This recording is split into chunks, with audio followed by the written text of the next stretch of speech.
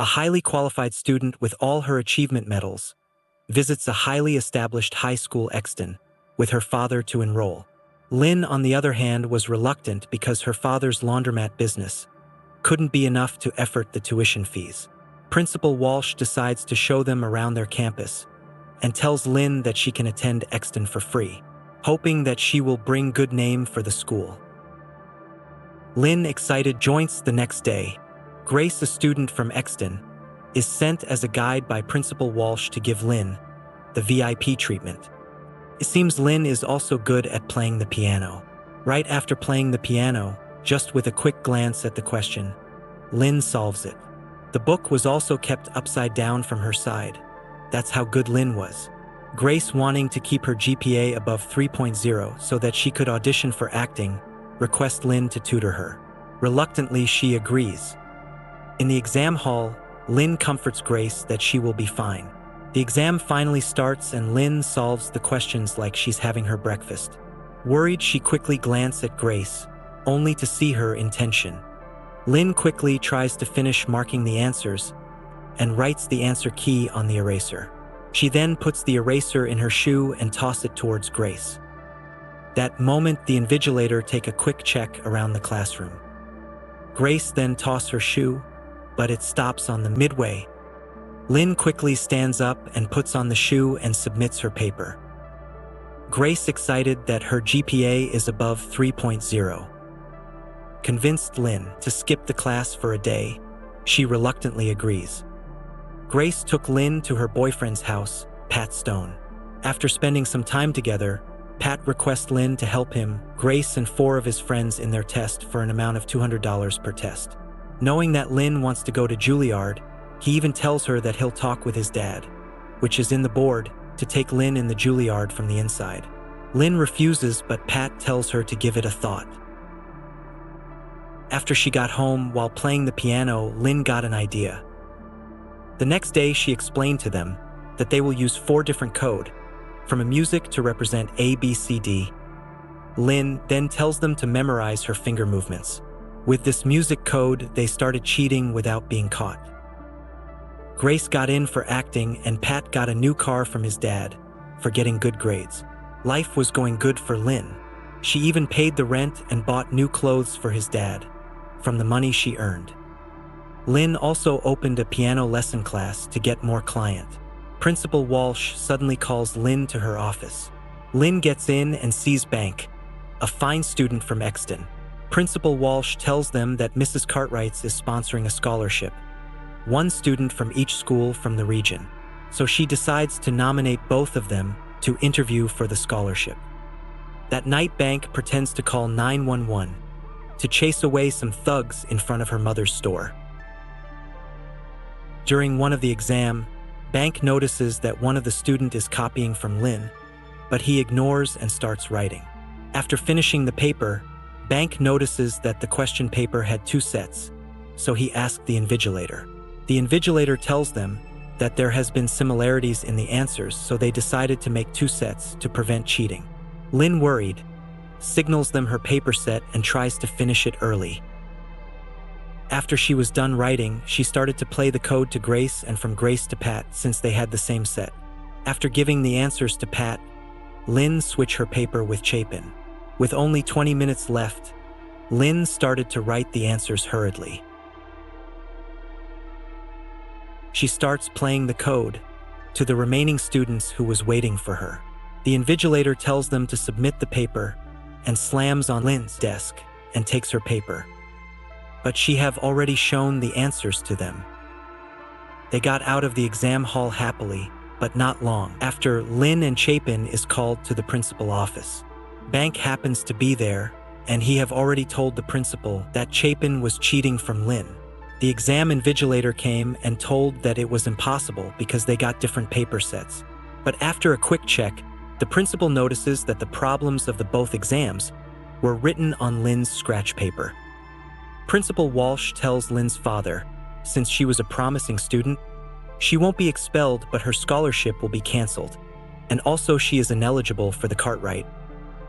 Heartbroken, they got back. Her father argues with her, and tells her that her deceased mother would be disappointed if she was still alive. He took off his shirt she bought for him and tells her to get rid of the things. Principal Walsh have also changed her class schedule, and Lynn's life got back to normal, helping his dad at the laundromat business. But suddenly one day Grace calls her and invites Lynn to have dinner with Pat's family. During their meal, Pat's dad, knowing that Lynn wants to go to New York after graduation, gives her an offer that if she helped Pat to get him through the SATs test, he'll send her to New York, and that they have already found a place in New York for her, Grace and Pat. Seeing Lynn unable to make the decision, Pat's dad tells her to think about it. After the dinner, while chilling with Grace, Lynn got an idea to cheat in the SATs exam. Since Philadelphia is 3 hours ahead to Seattle, she plans to appear the exam in Philadelphia and sent the answers back to Seattle by memorizing the answers. But this time, she will need a partner because she won't have enough time to memorize all the answers. On the day of the Cartwright interview, Bank is suddenly attacked by some thugs and throws him in the dumpster. Lynn asks $12,000 per person for the SATs test and tells them to bring 30 clients, so Chapin brings more people from his study group. The answers sent by Lynn will be barcoded on the pencil with different width representing different answer choices, thickest being A and thinnest being D. Lynn asks Grace and Pat to unlock their phone, to download encrypted apps to communicate with them, and to send answers during break period. Since Lynn can't pull this off alone, she visits Bank in his mother's store and tells him the plan. Bank tells her that SAT is the most secured exam, and it is impossible to pull this off. Since Bank didn't make up to the Cartwright scholarship interview, Lynn tells him that they will be paid handsomely and gave him the card if he ever changes his mind. Bank, in need of money for further studies, shows up, but if they are caught they will be in serious trouble, so Bank tells them to create fake identity and real passports that can be modified. They started practicing for the big show, with Lynn memorizing the first half and Bank the second half. They will send it to Grace and Pat, where they will combine their answers and barcode it on the pencil, leaving Bank with $150,000 and Lynn with $250,000 for the service.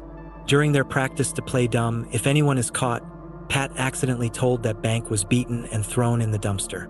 Bank gets angry and hits him because he didn't told anyone that he was thrown in the dumpster. It was Pat who sent the thugs to beat him up so he couldn't interview for the Cartwright, compelling him to join them for the money. Bank felt betrayed and angrily leave the place. Shortly after, Lynn also leaves, and Grace tries to stop her and tells her that she even didn't know anything about this. But Lynn didn't want to help them for what they did to Bank. On her way, Lynn meets Bank going back, and he tells her that he won't let them take what he have worked his whole life for, and decides to go with the plan for the money. Lynn and Bank finally goes to Philadelphia and stays in a 5-star hotel. The next day, they reach the university and gets their IDs checked. Lynn and Bank hurriedly goes in the bathroom to hide their phones and went in the exam hall to appear the exam. The exam finally starts. Lynn and Bank started to mark the answers hurriedly. With only few minutes remaining, they memorized the answer and went to the bathroom to send the answers to Grace and Pat. Meanwhile, Grace and Pat was waiting for their answers in Seattle, with clients already outside waiting for their answers. Lynn sends her part of the answers. Meanwhile, Bank asks for another $100,000 for kicking his butt. With no other option, Grace and Pat hurriedly transfers $50,000 in his account as an advance, and Bank finally sends his answers to them. Grace and Pat started to print the answers, barcoding on the pencil, thickest being A and thinnest being D. Lynn and Bank goes in the exam hall to appear the second exam. The exam starts and they hurriedly wrote down the answers and memorize it. But this time Lynn had to wait on a line to get in the bathroom while Bank gets in, and as he was typing the answers, the authority knocks on the door for a surprise check. Nervous and scared, he mistakenly drops the cover and breaks the phone before flushing it. On the other hand, Lynn also gets a knock on the door, but she manages to hide the phone on her shoe.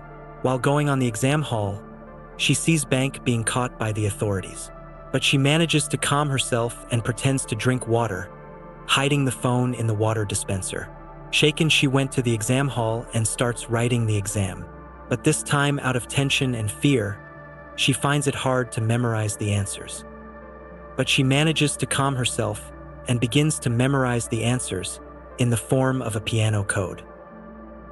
Meanwhile, Bank is being questioned by the authorities, and since no one was answering the school, so they decide to let him go, leaving his ID on their hand. After memorizing the answer, Lynn picks up the pencil and puts it in her mouth and vomits, making an excuse to go out early to send the answers. Meanwhile, the clients were getting impatient because they were getting late to appear the exam. The authorities, on tracing the address of Bank, leads them to an empty field. Feeling something was wrong, they started searching for him. Lynn also got out and took her phone and hides from them, running away trying to disguise herself. On the run, Lynn types the answer keys, risking her own life for the sake of the money. Finally, Grace and Pat gets all their answers and prints it on the pencil, and hurriedly goes to give the answers to their clients. Lynn and Bank finally reach their home. After some days, Grace and Pat host a party for getting through the SATs. While they were talking, Grace and Pat tells them that they were having a one-year break. Lynn felt betrayed because she won't be able to get the apartment without them, and it will be a waste for her to take a year gap. Lynn left the room crying for betraying her. She reaches her home, and while in the kitchen she hears the news that in Philadelphia the students will be retaking the SATs exam. Lynn reached out to Bank and tells him that she'll confess her crime because she didn't want to suffer the innocent people because of them. Bank was hesitant because he was living in the country undocumented, and he was the only one who can save their family by getting a job.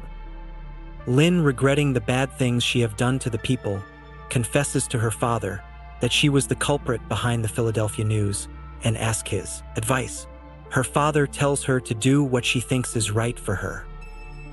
Lynn reached out to Pat's father and tries to blackmail him by telling him that Pat had hired people to assault a student and shows him the proof, which she got while she told them to unlock their phone to download the encrypted apps. She secretly synced Pat's iPhone to the PC, where she saw the text between him and the people who assaulted Bank. Mr. Stone asks Lynn her demands. She tells him that the students shouldn't pay to retake their SATs, and also he should fund for their tutoring cost. Lastly, Lynn tells him to help assist Bank with their immigration status from their law firm. Lynn gets out satisfied for making it right. Thank you for watching Movie Mind. Subscribe for more update.